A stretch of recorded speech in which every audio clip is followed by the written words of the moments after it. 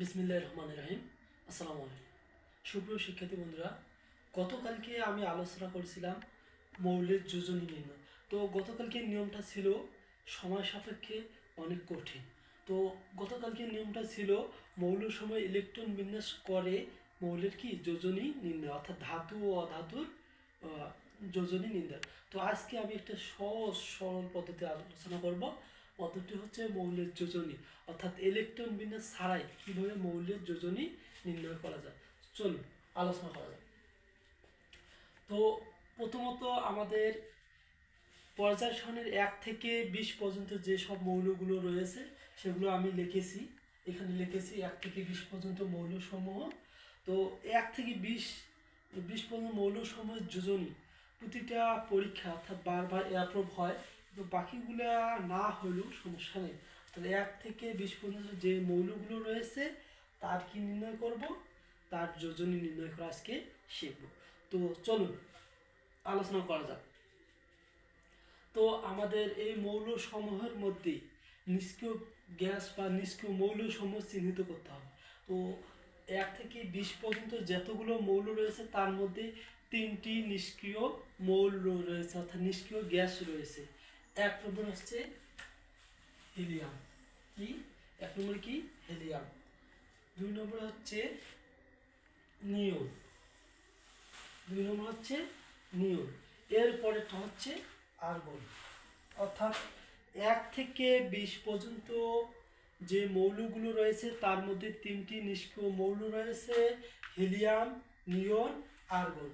Helium, নিয়ন, argon, অর্থাৎ এই 3টি। তাহলে চলো আলোচনা করা যাক যোজনী কিভাবে নির্ণয় করা যায়। তো যোজনী নির্ণয় করার জন্য আমাদের একটা বেসিক টিপস শিখতে হবে। সেটা হচ্ছে আমাদেরকে পর্যায়ক্রমিক 0, 1, 2, 3, 4 অর্থাৎ আমাদের এইটার সম্পর্কে ধারণা থাকতে হবে। সো এখন কোথায় 0 ব্যবহার হবে আর কোথায় 4 ব্যবহার হবে। 4 হাইস্ট, 4-এর পরে আবার কোন দিকে আসবে, নিচের দিকে আসতে থাকবে। এরপর আবার নিচের দিকে আসতে থাকবে, বা কোন দিকে আসতে থাকবে, নিচের দিকে আসতে থাকবে। সো এখন 4 কোন জায়গায় ব্যবহার হবে আর 0 কোন জায়গায় ব্যবহার, 0 কোন জায়গায় ব্যবহার হবে আর 4 কোন জায়গায় ব্যবহার হবে। তো নিয়ন আমাদেরকে দেখতে হবে নিষ্ক্রিয় মৌল, যেখানেই নিষ্ক্রিয় মৌল সেখানে কি 0 ব্যবহৃত হবে, অর্থাৎ 0 আমরা কি ব্যবহার করব, 0 ব্যবহার করব। এরপর 0 কোন জায়গায়, এই যে এখানে 0, তাহলে আমরা এখানে 0 দেই। এরপরে কোন জায়গায়, আর্গন, অর্থাৎ নিষ্ক্রিয় গ্যাস যেখানে 0 সেখানে। এরপর আমরা ধারাবাহিকতাভাবে 1, 2, 3, 4 লিখতে থাকবো। তাহলে 1, 2, 3, 4। হ্যাঁ, এরপরে আমরা কি 5 লিখবো, না 5 লিখবো না। কোন দিকে আসবে, 4 থেকে কোন দিকে, ডান দিকে আসবে। আবার কোন দিকে আসবে, বাম দিকে আসবে। ডান থেকে বাম দিকে আসবে। তো 4-এর পরিবর্তে পরে কি হয়, 3। তাহলে নাইট্রোজেন 3, অক্সিজেন 2, 1, 0। বাস। এখন আমাদের সোডিয়াম, সোডিয়াম কত হবে, ধারাবাহিকভাবে কি হবে, 1, 2, 3, সিলিকন 4। এখন কি হবে, এখন অর্থাৎ উল্টো দিকে আসবে, 4 থেকে 3-র দিকে আসবে। যেহেতু এখানে 3, এরপরে কত, 2, 1, 0।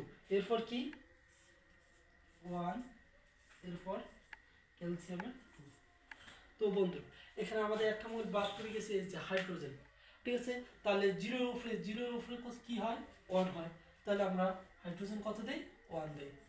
তো এই ছিল বন্ধুরা, এই ছিল 1 থেকে 20 পর্যন্ত যে মৌলগুলো রয়েছে তার যোজনী।